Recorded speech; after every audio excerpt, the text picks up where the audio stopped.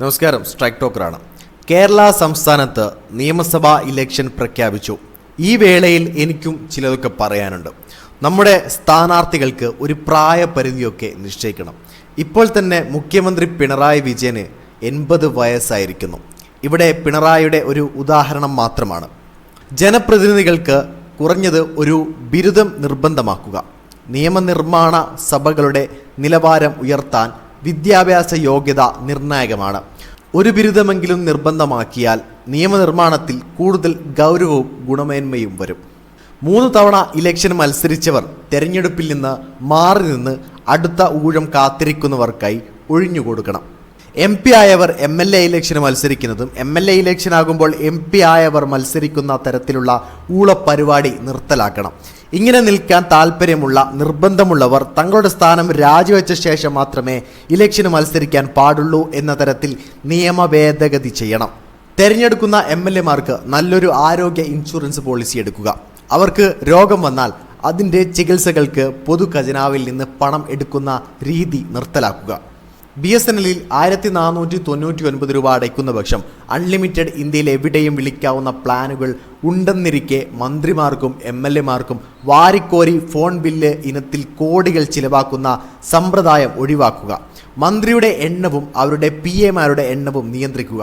PA-മാർക്കുള്ള pension സമ്പ്രദായം നിർത്തലാക്കുക. മന്ത്രിയുടെ പിറകെ 10ഉം 20ഉം വണ്ടിയിൽ പോകുന്ന പോലീസ് എസ്കോർട്ടുകൾ ഒഴിവാക്കുക. ഈ പ്രതിനിധികളുടെ ആസ്തി വിവരങ്ങൾ ഓരോ വർഷവും പൊതുജനങ്ങൾക്ക് പരിശോധിക്കാവുന്ന രീതിയിൽ വെബ്സൈറ്റിൽ പ്രസിദ്ധീകരിക്കണം.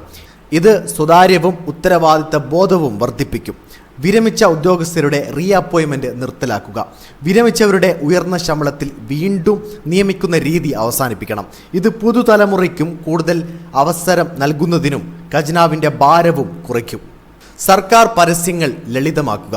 വലിയ പരസ്യങ്ങൾ ഒഴിവാക്കി സോഷ്യൽ മീഡിയ പ്ലാറ്റ്ഫോമുകളിൽ കൂടുതൽ പ്രയോജനപ്പെടുത്തുക. ഇനി വിദേശത്ത് എങ്ങനെയാണ് കൂടിയെന്ന് നമുക്ക് നോക്കാം. വിദേശ രാജ്യങ്ങളിൽ രാഷ്ട്രീയം ഒരു കരിയറിൻ്റെ ഭാഗം മാത്രമാണ്. ജീവിതകാലം മുഴുവൻ അവർ ആ കസേരകളിൽ തള്ളിപ്പിടിച്ചിരിക്കാൻ താല്പര്യപ്പെടുന്നില്ല.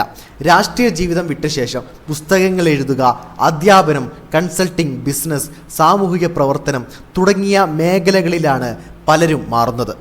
ഉദാഹരണമായി ബറാക് ഒബാമ പ്രസിഡന്റായിരുന്ന കാലം കഴിഞ്ഞ് അദ്ദേഹം എഴുത്തിലും നെറ്റ്ഫ്ലിക്സിലേക്കുള്ള ഡോക്യുമെൻ്ററി നിർമ്മാണത്തിലും പൊതു പ്രഭാഷണങ്ങളിലും ശ്രദ്ധിച്ചു. കുടുംബത്തോടൊപ്പം ശാന്തമായ ജീവിതം നയിച്ചു പോകുന്നു.